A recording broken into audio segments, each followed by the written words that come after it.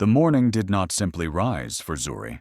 It unfolded around her like a quiet test of strength, stretching its breadth across the dusty roadside where she stood, believing her life would always remain small and unnoticed.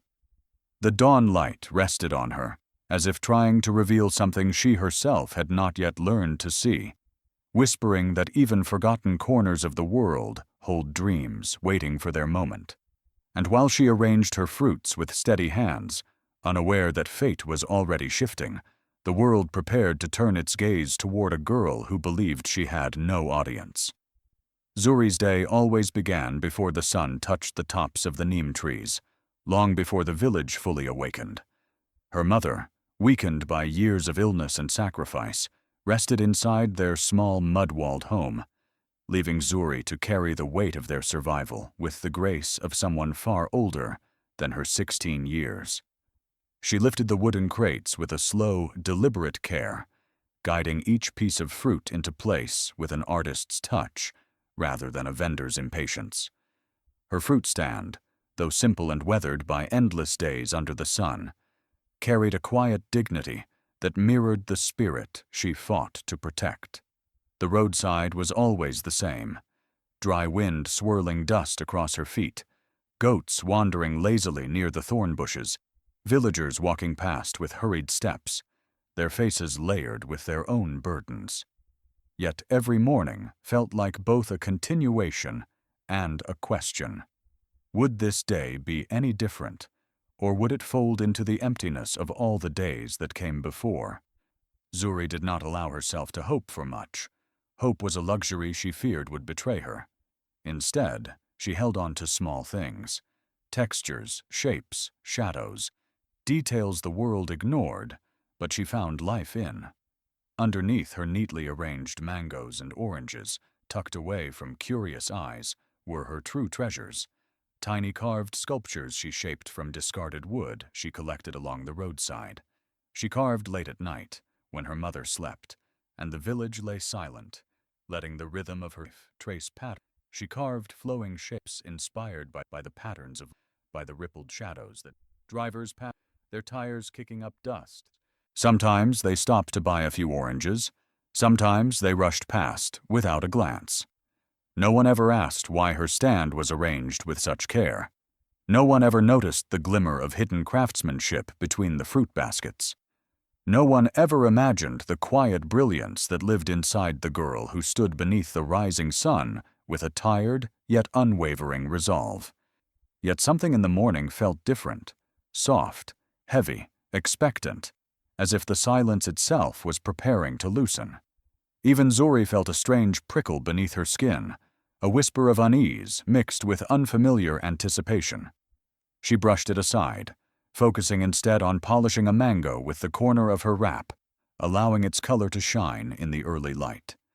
She did not know that while she arranged her fruits with patient hands, her hidden carvings were catching fragments of sunlight that made them more visible than she intended. She did not know that her life, quiet and unnoticed for so long, had shifted its balance. She did not know that the road stretching before her was about to deliver something she had never dared to imagine. And just as she stepped back to admire her stand, a lone vehicle slowed to a halt, its tires whispering against the dust as if recognizing something extraordinary before its driver even looked. A window rolled down slowly, the stranger inside leaning forward with eyes fixed not on the fruit she sold, but on the delicate shape hidden between the mangoes. In that single breath of stillness, Zuri's life, once invisible, began its first tremor of transformation, though she had no understanding of what her world was about to become. There are moments when life changes not through storms or miracles, but through the quiet gaze of someone who finally sees what the world has refused to notice. And on that warm morning, Zuri felt the air shift before she even understood why. A single car slowed near her stand with the kind of deliberate hesitation that carries silent destiny, its driver leaning forward as though drawn by something her own hands had never believed deserved attention.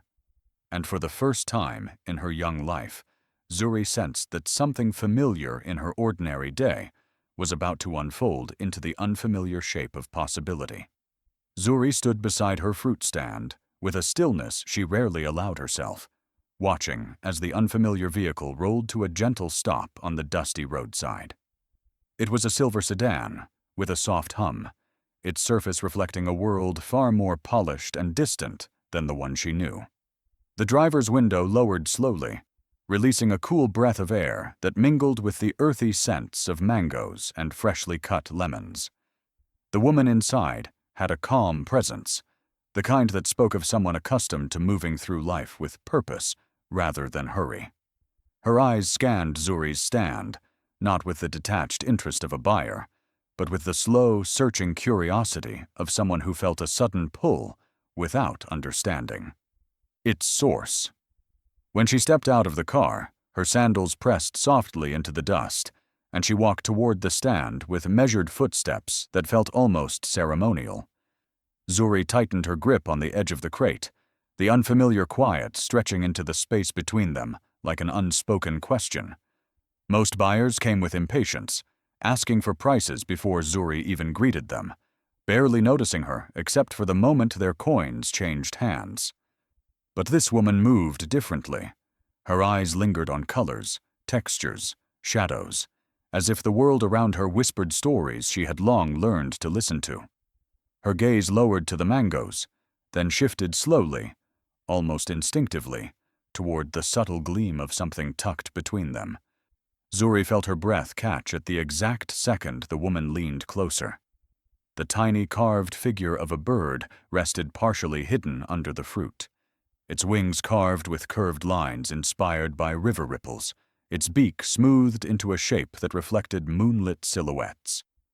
Zuri had placed it there earlier without thinking, more out of habit than intention, as if hiding her art beneath fruit made it feel safer, made her dreams feel less vulnerable to being misunderstood or dismissed. The woman's eyes widened with a gentle astonishment as she reached out, her fingers pausing in the air with the kind of respect people reserved for rare things. She lifted the carving with both hands, turning it slowly so the morning light revealed the intricacy of Zuri's work. The air between them felt different now. Charged with a quiet wonder, Zuri did not know how to accept or escape. She lowered her gaze, unsure whether she should speak or simply wait for the moment to pass, afraid that any movement might break the fragile reverence forming around her creation. When the woman finally spoke, her voice carried an awe that made Zuri's spine stiffen with confusion. She asked who had taught her such delicate artistry, how she learned to curve wood with such fluid precision, how someone so young could capture the patterns of nature with the patience of an old spirit. Zuri hesitated, swallowing the sudden knot rising in her throat, then answered softly, explaining that she learned by watching the world in small hours when others studying tracing the ripples, memorizing slightly when the payment was offered with a sincerity that made her heart beat unevenly. The woman took one step back, lifting the carving toward the light as though confirming it was indeed as extraordinary as it first appeared. Then, before returning to her car, she raised her phone and captured a single photo of the carving resting in her hand, unaware that this simple image would soon break free from the dusty roadside and begin traveling across the world. Zuri watched in silence, unaware that her life had just been photographed from the angle destiny needed. And as the woman drove away, the quiet morning held its breath, knowing the world had finally found the girl it had unknowingly ignored for years. The image did not simply travel. It raced across continents with a life of its own, carrying Zuri's unseen brilliance far beyond the dusty road where she stood, unaware that her world had begun to expand without her permission. In places she had never heard of and homes she would never see, strangers paused mid-scroll, their breath catching at the sight of a carving created by a roadside girl they had never met. And while the village remained quiet under the warmth of the afternoon sun, Zuri continued her day, not knowing that her name was already threading itself through thousands of conversations across the world. The photo had been uploaded by the traveler without ceremony, without expectation, placed among a stream of ordinary posts that rarely reached more than a handful of viewers. Yet something in the carved wings, the delicate shadows etched into the small wooden figure, and the stillness of Zuri's hands captured the hearts of those who glimpsed it. Within hours, the image slipped from one screen to another, carried by admiration, surprise, and the kind of curiosity that rises only when people feel they have discovered something pure and rare. Comments flooded in, wondering who the artist was, praising the craftsmanship, questioning how such mastery existed in a place they could not locate on any map. But while the world whispered her name in growing excitement, Zuri moved through her daily routine with the quiet resilience that shaped every morning of her life. She sat behind her fruit stand, arranging oranges with patient care, occasionally brushing dust from the table with the hem of her cloth. Customers came and went, unaware that the girl who handed them mangoes was becoming a name carried across distant regions, shared by thousands who wished to know the story behind her hands. Zuri felt none of it. The road remained unchanged, the breeze steady, the day predictable in its familiar rhythm. Her neighbors, however, began to sense that attention had reached the village before they fully understood its meaning. Young people whispered among themselves, intrigued by the strange messages appearing on their phones, screens filled with the carving they recognized from Zuri's stand. Some were fascinated, some confused, some quietly proud that someone from their small world had drawn the interest of distant cities. The older villagers reacted more cautiously, their expressions tightening with worry, for they knew that sudden attention rarely came without complication. Her mother noticed the shift long before Zuri learned anything about it. The older woman sat on the woven mat outside their home, observing how people paused longer when walking past, how murmurs followed Zuri's name, like drifting shadows. Her mother had lived enough life to recognize that curiosity could be a blessing and a danger, sometimes arriving wrapped in the same breath. She watched her daughter pack her carving tools into a small cloth bag one evening and felt a tremor of fear move through her chest. She wondered whether the world, now reaching for Zuri with curious hands, would treat her gently or demand pieces of her she was not ready to give.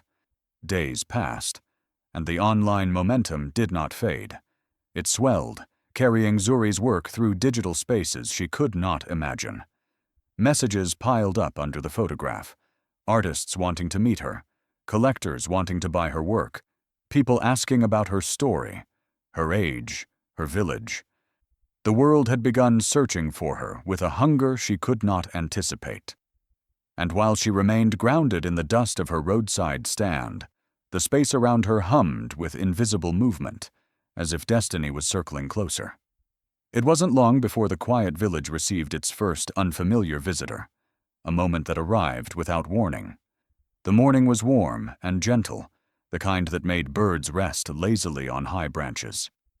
Zuri had just arranged a new set of oranges when she heard a sound different from the rumble of passing vehicles.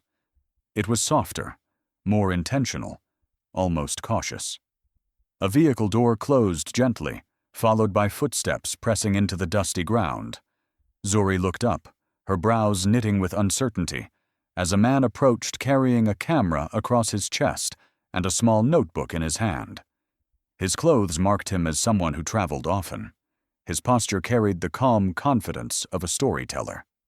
He stopped a few steps from her stand, offering a greeting she did not immediately return, for something in the air around him felt too unfamiliar to interpret. The man smiled gently, lifting the notebook as if asking permission before speaking, his eyes holding a recognition Zuri did not yet understand. In that suspended moment between silence and introduction, Zuri felt the strange weight of a future she had not agreed to meet. The journalist stepped closer, his camera glimmering in the soft light as he prepared to ask the first question that would ripple through her entire life. And before she could steady her breath, he gently spoke her name, revealing that the world had already found her. A single interview, captured on a quiet roadside beneath the soft shade of an aging neem tree, can carry a voice farther than any pair of feet could ever dream, especially when that voice belongs to someone the world has unknowingly waited for.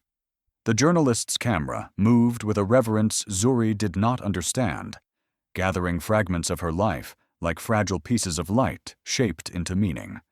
And as his questions unfolded gently across the dusty air, her ordinary morning began dissolving into a story destined to ripple far beyond her village. Zuri had never seen a camera lens so close before. Its dark round eye felt like a portal that swallowed moments whole, preserving them with a strange tenderness she did not know how to trust. The journalist, whose name was Makoa, moved slowly around her fruit stand, capturing angles of the carved pieces she had kept hidden for so long. His presence was neither forceful nor hurried. He asked for permission before touching anything, pausing each time he sensed her uncertainty.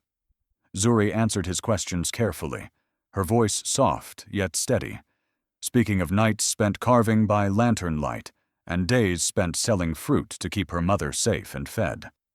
Makoa listened without interruption, letting her words stretch into the quiet, like threads weaving themselves into a larger truth. He filmed the delicate way she held each carving, the thoughtful lines she etched into the wood, the quiet concentration that settled across her features whenever she described how nature guided her hands.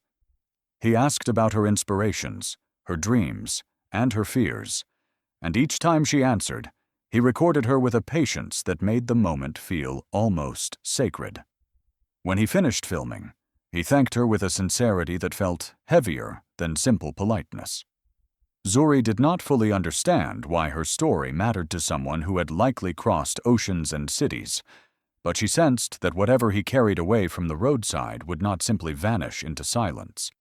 She returned to selling fruits with an unsettled calm, her heart unable to grasp the magnitude of a world she had never imagined participating in. 2 days later, the village awoke to a storm that did not come from the sky. Phones buzzed in the hands of young villagers, screens glowing with notifications, messages, and videos that spread from house to house like a sudden, unstoppable tide. Makoa's interview had been posted online, and within hours, it had erupted across the world with breathtaking speed.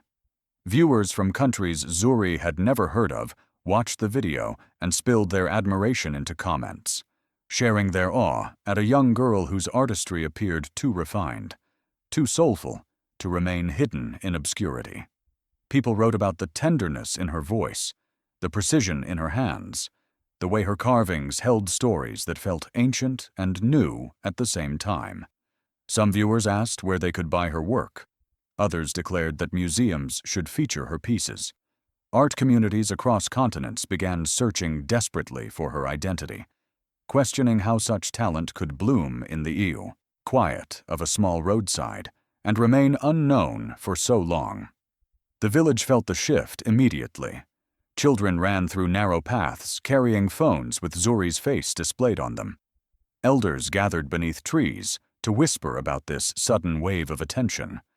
Some celebrated with pride, while others feared strangers might descend on their quiet lives with demands they were not prepared to meet. Zuri's mother watched all of this with a complicated blend of awe and worry. She saw how her daughter's life was stretching into unfamiliar territory, and though she cherished Zuri's gift, she feared that the world's hunger for extraordinary stories might swallow Zuri before she learned how to protect herself. Zuri herself felt suspended between disbelief and apprehension. Her face appeared on screens she had never touched. Her name echoed in places she had never visited. She continued to sit behind her fruit stand, breathing through the strange balance of being both present in her small world and suddenly everywhere else at once. The road had not changed. The dust had not lifted. The fruit remained the same. But something inside her village trembled slightly, an anticipation of something approaching faster than any traveler had ever arrived. And then, on a late afternoon filled with an unusual stillness, Zuri heard the unmistakable rumble of an engine more refined than anything common to her village. She turned toward the sound, confusion settling over her as a sleek black luxury car rolled quietly through the compound. its polished surface catching what little light remained in the day. The vehicle did not belong to any villager, nor did it carry the casual energy of a passerby. It came with purpose. It came with certainty. The car stopped directly in front of her home, and a tall, well-dressed man stepped out, his posture composed, his expression unreadable, his eyes holding the familiarity of someone who had been searching for her long before this moment. Zuri froze, her breath halting as the man took a few slow steps toward her, his gaze settling on her with an intensity that made her heart race. He greeted her by name, speaking it with a quiet confidence that revealed he already knew far more about her than she had ever shared. And as he paused in front of her doorway, destiny shifted again, preparing to unveil the next chapter she never knew she was walking toward. Zuri had seen wealthy people before, tourists passing through the village, officials visiting distant relatives, but she had never encountered someone whose eyes drifted past her worn dress and dusty feet to rest instead on the quiet genius hidden inside her hands, as though he saw the part of her life she herself had learned to ignore. There was something unnerving about a man in polished shoes stepping out of a luxury car and walking with deliberate certainty toward a home built of clay walls and an old tin roof, yet he approached with the calm assurance of someone who believed he belonged exactly where fate had placed him. And as the breeze shifted around them, Zuri sensed that this stranger had not come to buy fruit or offer sympathy, but to alter the very direction of her life. The man introduced himself as Kalen Embra, an international art distributor whose company scouted talent across continents, searching for creators capable of shaping work that carried soul rather than trend. He spoke with a gentle authority, his tone respectful yet grounded, as though he stood on equal ground with anyone he addressed. Zuri's mother listened carefully from the doorway, her eyes narrowing with both caution and curiosity, unsure whether this visitor carried blessing or trouble. Kalen explained how he had found her. The interview had reached him within hours of its upload, forwarded by curators, art buyers, and collectors who insisted that the girl in the video, this soft-spoken roadside vendor, carved with a precision and emotional depth rarely seen even in established artists. He had watched the footage several times, pausing on the moments when her hands moved with instinctive grace, shaping wood as though she could hear stories inside its grain. He described how her small bird sculpture had become the subject of online discussion within art circles, prompting experts to analyze the symbolic patterns etched into its wings. Zuri listened with disbelief tightening in her chest, unsure why a man who dealt with galleries and exhibitions would drive all the way to her quiet village for someone like her. Kalen noticed her hesitation, the protective way she held her hands against her sides, and he softened his voice as he explained that her talent held rare value, not because it looked beautiful, but because it carried something deeper, something alive, something that spoke of observation, patience, and a soul tuned to the quiet rhythms most people overlooked. He told her he wanted to offer something she had never imagined possible: a formal training program led by master sculptors, sponsorship for her materials, guidance on shaping her craft into a global artistic voice, and a platform that would allow her work to be seen, appreciated, and purchased across the world.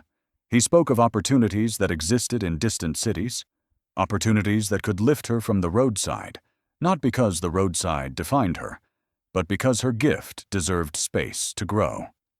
Zuri felt the words rising inside her like a storm, excitement tangled with fear, hope wrapped in uncertainty, a fragile longing to trust what she was hearing, battling against an equally strong instinct to protect herself from disappointment. She looked at her mother, who remained still and expressionless, her eyes revealing the silent calculations of a parent who had spent years shielding her child from the world's unpredictable nature. Zuri's mother had seen enough of life to know that opportunities wrapped in wealth could either transform or consume, depending on the intent behind them. Kalen sensed the hesitancy, and instead of insisting, he sat on the low bench outside their home, humbling his polished presence before the simplicity of their living space. He asked to see more of her carvings, not with the probing curiosity of a buyer, but with the attentive stillness of someone who wished to understand her language. Zuri brought out a bundle of small sculptures, each wrapped in cloth for protection. Animals, symbolic patterns, small figures shaped from memory and imagination, pieces she had carved in private moments when the world felt too heavy. Kaelin studied them with a reverence that made her breath grow shallow. He explained how each piece carried fingerprints of mastery, balance, storytelling, rhythm, emotional resonance. He described her artistic instincts with such precision that she felt exposed, seen in ways she had never allowed anyone to see her. She wanted to believe him, yet uncertainty tugged at her heart, whispering that people sometimes admired what they planned to take advantage of. Sensing her doubt, Kaelin lifted his gaze and met her eyes directly, his voice steady with sincerity. He said he was not offering charity, nor was he seeking to control her.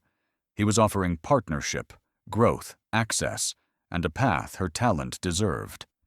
He admitted that he could not force her decision, but that he hoped she would trust the possibility of a life beyond survival. Zuri's heart trembled with the weight of the moment. Her entire world had been the roadside, the village, the dust, and her carvings. She had never imagined stepping into a world greater than the fields surrounding her home. Fear pressed into her ribs, but so did the quiet yearning to finally breathe without limits.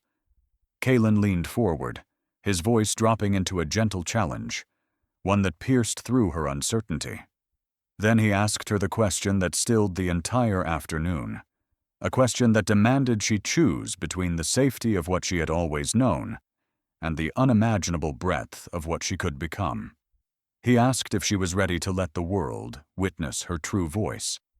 And as the weight of that invitation settled into her soul, Zuri felt herself standing at the very edge of fear and destiny, unsure which direction her next breath would take. Leaving the roadside felt like abandoning the only ground that had ever held her sorrow, her dreams, and her quiet strength. Yet Zuri stepped away from it with a trembling courage that felt heavier than anything she had ever carried.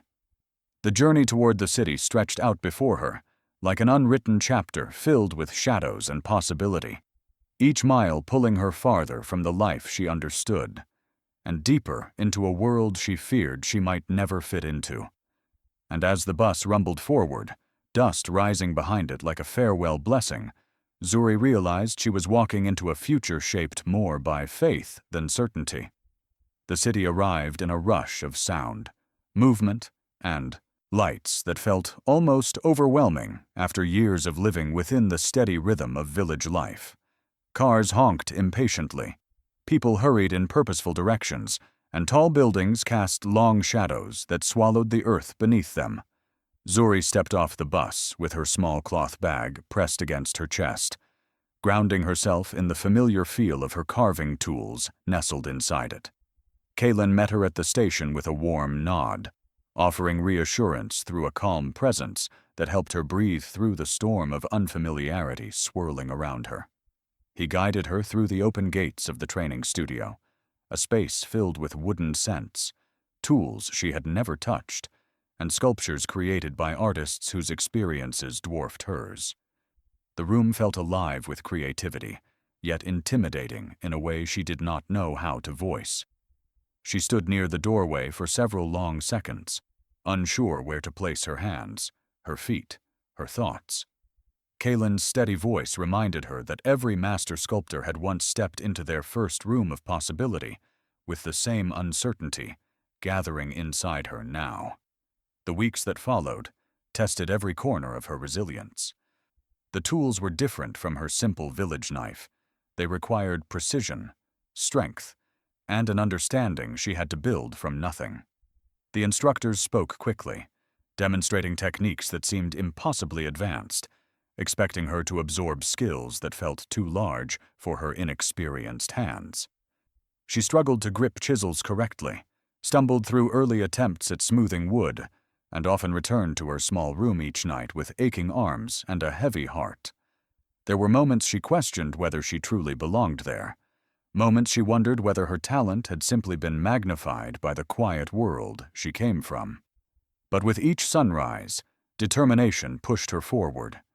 She arrived before the other trainees, studying shadows cast by morning light across blocks of wood, listening to the rhythm of the grain under her fingertips, letting memory guide her when instruction felt too loud. Slowly, the tools stopped feeling foreign. Her hands found new ways to move.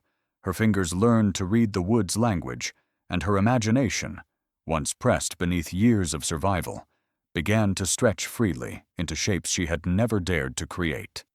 The moment her imagination awakened fully, Zuri felt something inside her unclench.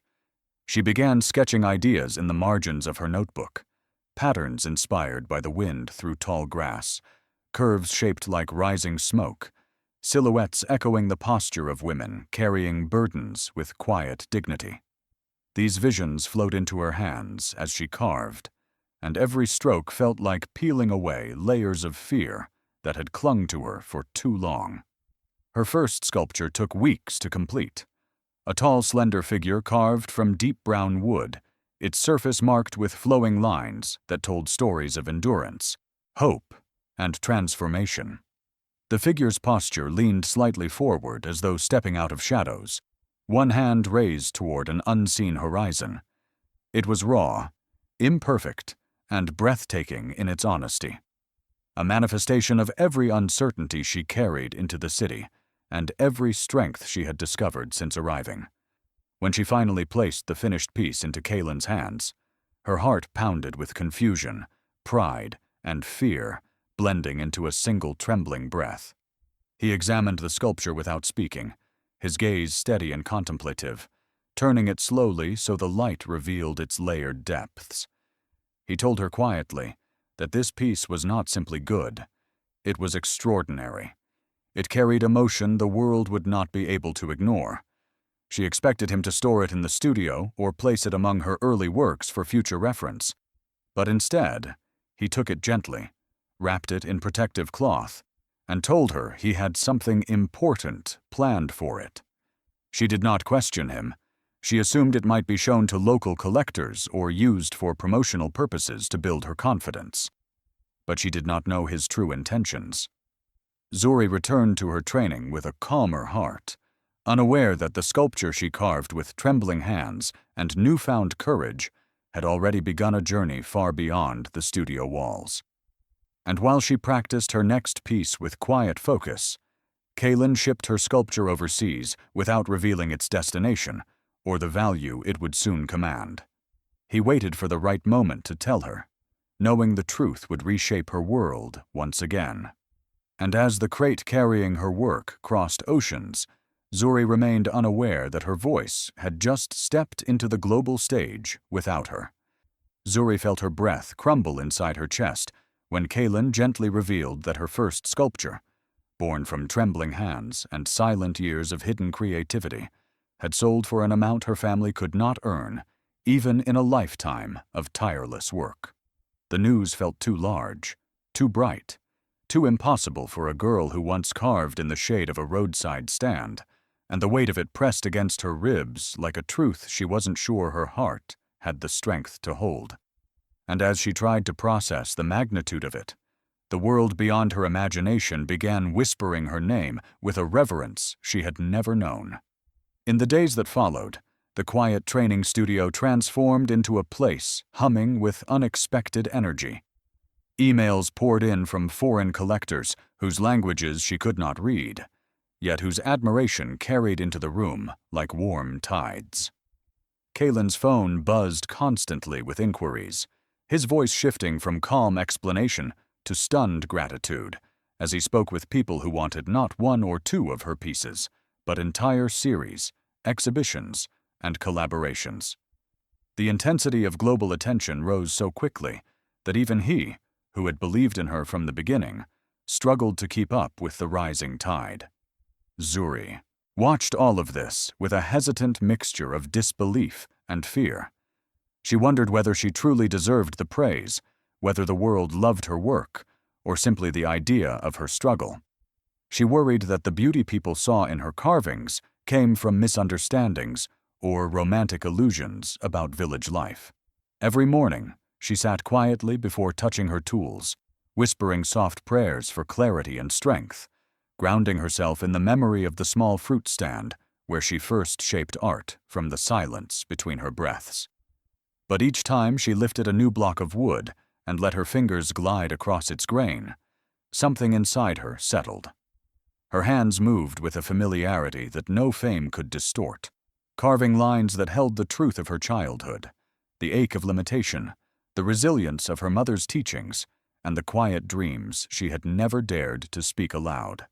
Every sculpture carried her history, not polished, not decorated, but deep and honest like the earth that raised her. And the more she created, the more she realized that her art did not exist to impress the world. It existed to express the parts of her heart that could not be spoken in ordinary language. The world responded in a way she had never imagined. Bloggers called her the girl who carves from silence, praising the emotional depth in her work. Art critics wrote about the authenticity in her lines, the way her pieces seemed to breathe, to carry sorrow, to rise out of invisible stories. Museologists studied the cultural echoes layered in her patterns. Students sketched her sculptures for class assignments. Children tried carving shapes of their own, inspired by her journey from a roadside fruit stand to a rising global phenomenon. Despite all the attention, Zuri continued living quietly. She ate simple meals, walked to the studio in the early mornings, greeted neighbors in the same humble manner, and wrote letters home to her mother filled with gratitude and longing. Her growth felt surreal, yet she clung fiercely to her roots, determined not to lose the girl she once was in the rising noise of success. One evening, just as the sun dipped behind the buildings and the studio lights glowed with a soft warmth, Kaylin entered the room holding an envelope, unlike any she had seen. Its edges shimmered slightly, embossed with golden lettering that caught the fading light like a whisper of something sacred. He approached her slowly, almost reverently, as though he understood that this moment required more than explanation. It needed silence, breath, and presence. He placed the envelope in her hands without speaking, watching as her fingers traced the elegant seal that held it closed. She felt the faint tremble in her own touch, sensing a shift she could not yet define. When she opened the envelope, her eyes widened at the emblem printed inside, a symbol she had only seen in books, documentaries, and museum brochures her village school once passed around, during cultural lessons. Her breath caught, because resting inside the envelope was an official invitation from a world-famous museum across the ocean, requesting her presence for an international exhibition dedicated solely to her art. The room seemed to tilt as she read her name printed beside the words, "Featured Artist," a title she had never imagined would belong to her. And as the invitation shimmered in her trembling hands, Zuri realized she was standing on the edge of a journey far larger than anything she had dared to dream. Zuri stepped into the museum's grand entrance with the trembling breath of someone who had crossed an invisible line between the life she knew and the destiny she never believed belonged to her, feeling the weight of every struggle trailing behind her, like a quiet shadow. The polished floors gleamed under soft natural lighting that revealed not her poverty, not her uncertainty, but the raw strength of a girl who had carved hope from fruit scraps and sold dreams alongside mangoes. And as she walked deeper into the vast halls, her heart beat with a mixture of fear and awe, knowing she was standing inside a world she once admired, only through broken stories whispered by travelers on dusty village roads. The museum was unlike anything Zuri had ever imagined. Tall ceilings stretched above her like cathedrals of possibility, archways shaped from polished stone-framed corridors lined with artworks from every corner of the world, and the quiet hum of voices blended with footsteps to create a rhythm that felt almost ceremonial. She moved slowly, absorbing every detail with the reverence of someone who understood how rare this moment was. each breath carrying the aroma of old wood, distant varnish, and the faint scent of flowers arranged in tall vases at the entrance. It felt like stepping into a world carved not by hands, but by generations of dreams, the kind she once believed would never include her name. When she reached the exhibition hall prepared for her showcase, Zuri stopped in stunned disbelief. Her sculptures, pieces she had created with tools borrowed from fruit sellers, shaped under the shade of a frayed umbrella, carved during nights when the village slept, stood on elegant platforms draped in deep earth-toned fabric. Soft, even lighting washed over each piece without leaving harsh shadows, preserving every curve, indentation, and delicate line. It was the first time she saw her work celebrated instead of hidden, seen instead of ignored, honored instead of overlooked. Her throat tightened with emotion, and she pressed her fingers lightly against her chest as if steadying her heartbeat. Faces turned as she entered. People from different nations, collectors, artists, travelers, reporters, shifted toward her with curiosity and admiration. Their expressions softened, brightened, warmed, as though they had finally met the mysterious girl whose art had traveled across social media platforms, across continents, across hearts. As she walked past them, she could hear gentle murmurs describing her art as soulful, grounded, ancient in spirit, yet modern in technique. Some described her carvings as whispers of nature, others as stories locked inside wood. A few simply stared in silent awe, touched in ways they could not articulate. Zuri approached one of her own sculptures, a slender figure with intertwined vines forming its body. Realizing she had never truly seen it outside the dusty roadside where she carved it. Under this lighting, on this pedestal, it revealed layers she had never noticed. The way the curves cast shadows shaped like petals, the delicate interplay of light that made it appear both fragile and unbreakable. She felt a strange pull in her chest, a mixture of pride and disbelief, as though witnessing a hidden version of herself finally stepping into the light. When it was time to speak, her hands shook slightly as she touched the microphone, but the warmth in the audience's eyes gave her courage. She told them about her mother who taught her resilience, about her village that shaped her imagination, about the roadside that became her first stage, and about the silence in which she carved her earliest dreams. Her voice wavered only once before settling into a steady rhythm, shaped by the quiet strength she had carried all her life. People leaned closer, not wanting to miss a single word, and cameras flashed in soft intervals, capturing not just her face, but the journey reflected in her eyes. When she finished, applause rose like a warm tide washing over her. She felt small and enormous at the same time, grounded and lifted, overwhelmed and comforted. Every clap felt like an echo of the countless days she thought her talent would die unheard. As the applause faded, the crowd parted gently, forming a path she didn't understand. A distinguished curator approached, an older African man dressed in a deep indigo agbada embroidered with gold threads that shimmered subtly under the soft museum lighting. His posture carried wisdom and authority, yet his eyes held something gentler, something almost protective. He greeted her by name, his voice calm and deliberate, filled with a respect she had rarely received in her life. In his hand, he held an envelope sealed in deep blue wax, a color rich enough to suggest it carried a purpose far greater than simple appreciation. Zuri felt herself swallow hard, sensing the magnitude of the moment even before he spoke. The curator extended the envelope toward her, explaining that inside lay an opportunity powerful enough to redefine not only her art, but the path of her entire future.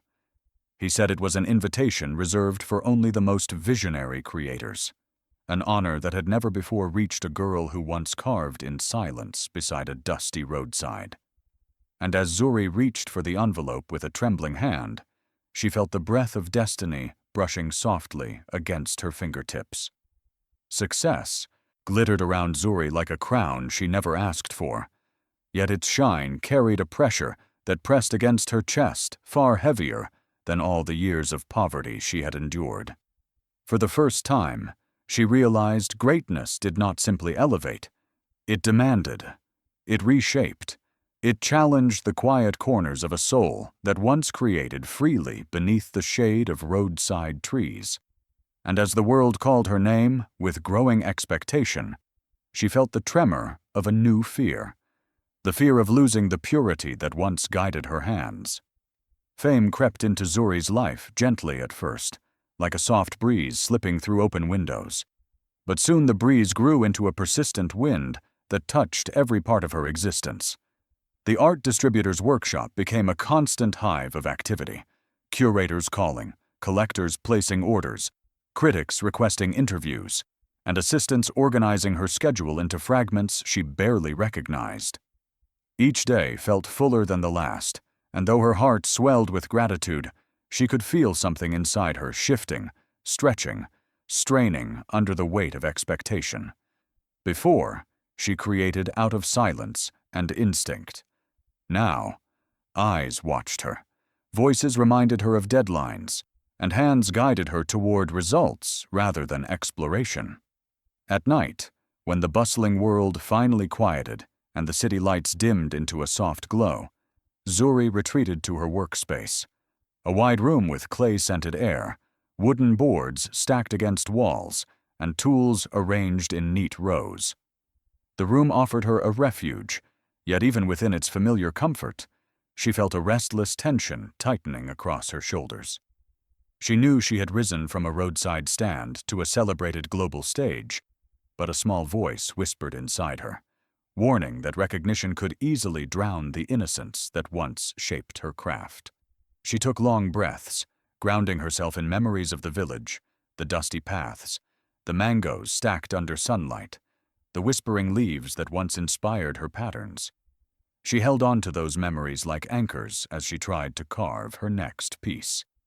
But the clay beneath her hands felt unfamiliar, as though it carried the weight of the world's eyes. She pressed harder, shaping curves she hoped would speak from her soul, yet the sculpture resisted, forming lines that felt intentional rather than instinctive. She paused, frustrated, wiping sweat from her brow, trying to silence the intrusive thoughts that tangled her creativity. Everywhere she went online, she saw comments praising her brilliance, comparing her to legendary artists, calling her a prodigy who should never slow down. She felt honored, but beneath the praise lived an unspoken demand to constantly surpass her last masterpiece. She realized that poverty had tested her body, but success was testing her spirit, her identity, her belonging.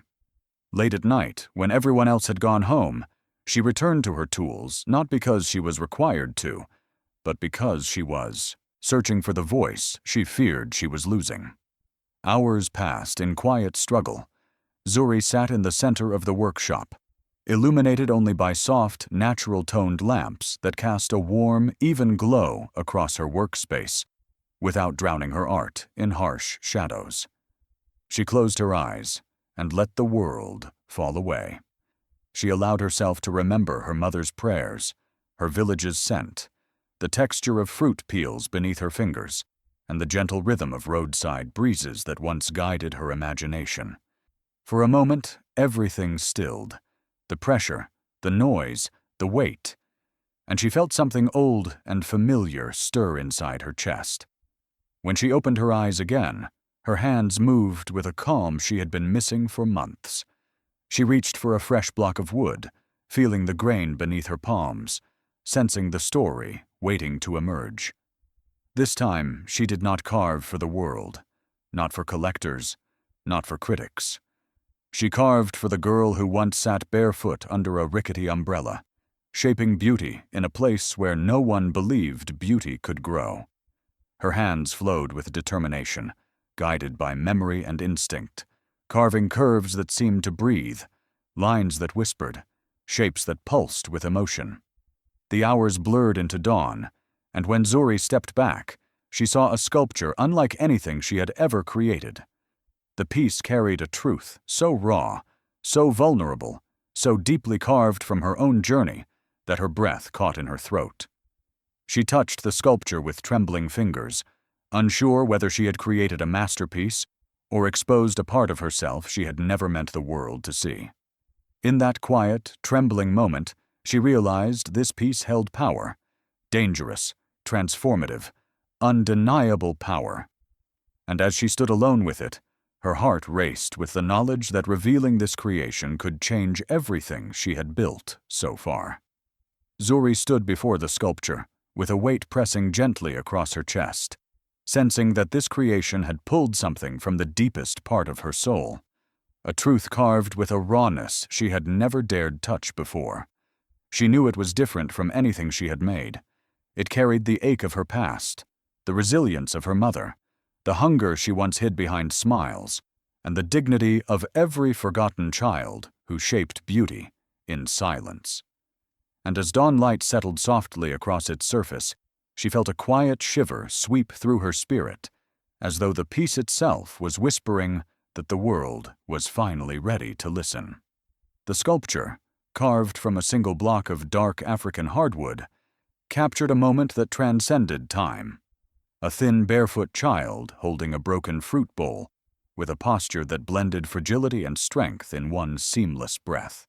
The child's face, neither smiling nor defeated, carried an expression that mirrored Zuri's own childhood, a calm defiance wrapped around hope. The curves of the arms, the subtle tilt of the head, the delicate textures carved into the surface, all of it told a story of hunger that did not bow, resilience that did not shout, and dignity that refused to die. The art distributor was stunned when he first saw it. He paced around it slowly, hands clasped tightly behind his back, his breath moving in shallow, reverent rhythms as though afraid to disturb the spirit living within the wood. When he finally sent it abroad for exhibition, only a few photographs accompanied it. Yet those images traveled faster than words, crossing countries, screens, and conversations with a power none of them expected. Within days of the exhibition's opening, art critics around the world began writing about the piece. They described it as a heartbeat carved in wood, a portrait of Africa's silent brilliance, a sculpture that refuses to let the world forget. Influencers shared it across social media platforms with captions that spoke of strength, survival, and overlooked genius. Artists in Europe, Asia, and America referenced it in discussions about cultural memory and artistic truth. Museums requested rights to display it. Universities used it in lectures on storytelling through sculpture. It became more than art. It became a symbol. Zuri watched this unfold with a mixture of awe and disbelief. She stood by the window of her small city apartment, reading messages from strangers who said her work gave them courage, children who said they wanted to carve like her, women who thanked her for showing the world the beauty inside the struggles they lived every day. For the first time, she saw her journey reflected through the admiration of others, not as a miracle, but as a testament to what creativity could achieve when nurtured, valued, and seen. What moved her most were the children. Across villages and towns, young boys and girls began using whatever materials they could find, branches, soap bars, discarded wood, to imitate her carvings. They posted videos online, tagging her name with pride, showcasing their small sculptures with eyes that glowed with possibility. Some carved tiny figures shaped like their mothers. Others carved symbols of struggles they carried. Many simply carved because Zuri had shown them that their stories mattered. She watched their work with tears forming quietly at the corners of her eyes, knowing she had once been just like them, unseen, unheard, carving for no audience except the dreams she whispered to herself. Communities across Africa began discussing how to support new talents like hers. Cultural centers requested workshops. Old artisans revived traditional carving techniques to teach younger generations. Conversations about preserving heritage resurfaced. Zuri felt herself becoming not just an artist, but a voice, one that echoed across borders. carried by people who believed in her more fiercely than she believed in herself. Then, for the first time, large organizations began to take notice. Foundations reached out, asking if she would partner with them to promote arts education. Government agencies sent formal letters requesting her presence at cultural councils. International groups asked her to represent African creativity on global stages. Each request arrived with promises, expectations, and responsibilities she had never imagined facing. As the emails multiplied and phone calls poured in, Zuri realized her life was shifting again, not by accident, not by chance, but by the force of her own courage turned into legacy. One morning, as she sat surrounded by proposals thicker than books, a knock echoed across her doorway. Firm, deliberate, carrying the weight of something far larger than simple opportunity. When she opened the door, she found representatives from a major international foundation waiting with documents that could alter not only her future, but the artistic future of her entire continent. And as she read the opening lines, her breath caught, knowing the decision ahead could redefine everything she thought she understood about purpose and power. Zuri stepped off the car with a trembling breath, feeling the earth beneath her feet pulse with the same quiet strength that once carried her through hunger, rejection, and nameless dreams carved in silence. The dusty roadside, once her entire world, now stretched before her like an old friend waiting with stories she had tried to outgrow yet never escaped, filling her chest with a tide of emotion that rose faster than she could steady herself against. And as she walked forward, the past and present collided so powerfully within her that for a moment she felt suspended between the girl she was and the woman she had become, knowing this return carried a weight no celebration could soften. The road was exactly as she remembered it, cracked in familiar places, lined with trees that bent gently in the wind as though bowing to greet her. The air filled with the faint scent of ripened mangoes and wood smoke drifting from distant kitchens. Villagers paused mid-step when they saw her, their eyes widening with the disbelief that often follows miracles whispered only in night conversations. They recognized her not from television interviews or magazine covers, but from the way she still carried the same quiet steadiness in her posture, the same determination they had witnessed during the years she sold fruit under the unforgiving sun. Murmurs spread through the air, like a warm, "She has come home. Our Zuri has come back." Her mother emerged. Years of unspoken prayers.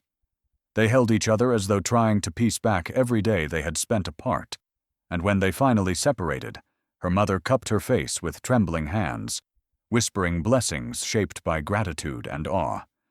Zuri took her mother's hand and walked toward the fruit stand, the place where she had carved her earliest dreams, the place that had witnessed her hunger and resilience, the place that had held her secret creations long before the world recognized their worth.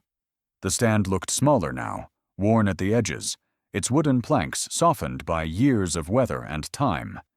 But to Zuri, it felt sacred. She ran her fingers along the rough surface, tracing the grooves she once pressed unintentionally with her elbows, remembering how she had hidden carvings beneath baskets of oranges and mangoes. Standing there felt like stepping into the spine of her own story, as though she were visiting the birthplace of her identity.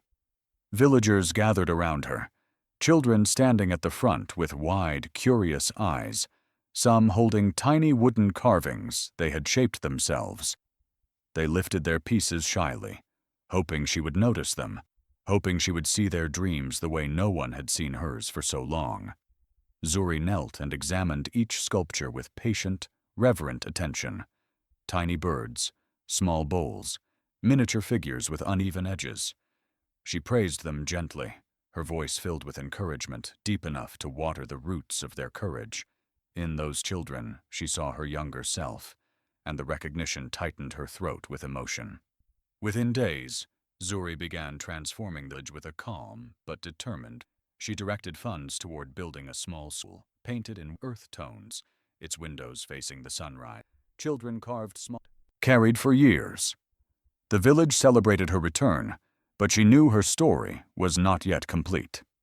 There was one final promise she had made to herself long before success found her, a promise buried so deeply within her journey that even the world's praise could not silence its call. It was an act she had postponed, feared, and protected, knowing it held the power to reshape her identity once again. And as she stood beneath the fading sunlight, Zuri realized the time had come to fulfill that last, unspoken vow.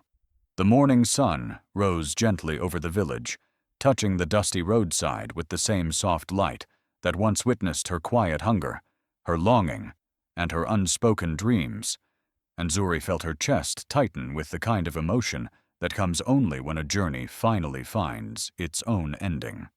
She placed a single carved fruit on the weathered wooden table, an offering, a memory, a quiet declaration to the universe that the hands which once trembled in struggle now shaped beauty that traveled farther than her own footsteps ever had.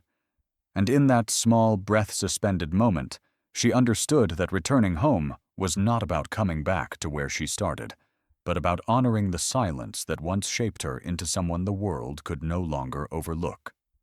Zuri stood at the edge of the roadside, breathing in the familiar scent of dust, ripe fruit, and warm clay, scents woven into her earliest memories like threads in a tapestry she thought she had outgrown. The road stretched before her in the same gentle curve, the same uneven stones pressing against the ground, the same whispers of passing wind weaving through the branches above. Nothing had changed, yet everything felt reborn through the lens of the woman she had become. Her heart carried the weight of gratitude, the steady pulse of resilience, and an unshakable reverence for the path that had once been her entire world. She placed both hands on the small wooden table, feeling the roughness against her palms, remembering the countless mornings she had arranged mangoes and oranges with the precision of someone who carried hope in every touch. This table had once held more than fruit. It held her fears, her desires, her unspoken promises to herself. Now it held a single carved fruit, smooth, detailed, and luminous in its simplicity. She traced the patterns she had carved the night before, swirling lines inspired by the curvature of tree roots, delicate grooves echoing the motion of river water, and a small emblem at the base that represented home. It was not for sale. It was not for display. It was for the girl she once was. Villagers gathered slowly, drawn by curiosity and pride, some whispering her name in awe, others smiling with the quiet satisfaction of people who had always known she carried something extraordinary inside her. Children approached her in shy clusters, clutching their own tiny carvings, some rough, some polished, all filled with sincerity. They looked at her, not with the eyes of fans, but with the eyes of future dreamers searching for proof that possibility could bloom even in the most overlooked places. Zuri bent down and examined each piece with care, offering guidance, praise, and gentle corrections that made the children beam with confidence. Her mother stood nearby, watching with a fullness in her expression that words could never translate. There was pride, yes, but also relief. Relief that Zuri had found her voice without losing the heart that made her artistry matter. Several elders approached, blessing her with soft hands raised toward the sky, thanking the ancestors for guiding her path.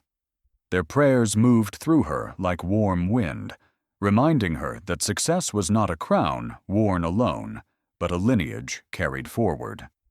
Despite all the celebration, a thoughtful quietness lived inside her. She walked a short distance away from the crowd and stood facing the long road stretching toward the horizon. The world now bought every piece she created. Museums, collectors, governments, and foundations all sought her brilliance. Her name traveled farther than she had ever imagined. Yet the core of her strength remained rooted in this soil, these memories, this dust-lined marketplace where she learned to work with dignity long before recognition arrived. She inhaled deeply, allowing the weight of gratitude to settle inside her. She promised herself that no matter how far her art traveled, no matter how many hands reached for her creations, She would never forget where her own hands learned the truth. She would never forget the silence that taught her to listen to her inner voice. And she would never forget the roadside that shaped her spirit, long before the world saw her worth. What Zuri did not know was that destiny, powerful and restless, had only paused, not concluded, as it watched her reclaim the place that birthed her dreams. For stories like hers rarely end where they begin. They transform into something greater each time a brave heart returns home. And somewhere beyond the horizon, a new calling waited quietly, ready to rise the moment she took her next step. If Zuri's journey touched your heart, make sure to like this video and subscribe, so every new story finds you the moment it begins. Share your thoughts in the comments. Your voice helps shape the stories we tell next and keeps this community alive. And don't forget to turn on notifications, because the next chapter might be the one that inspires you in ways you never expected.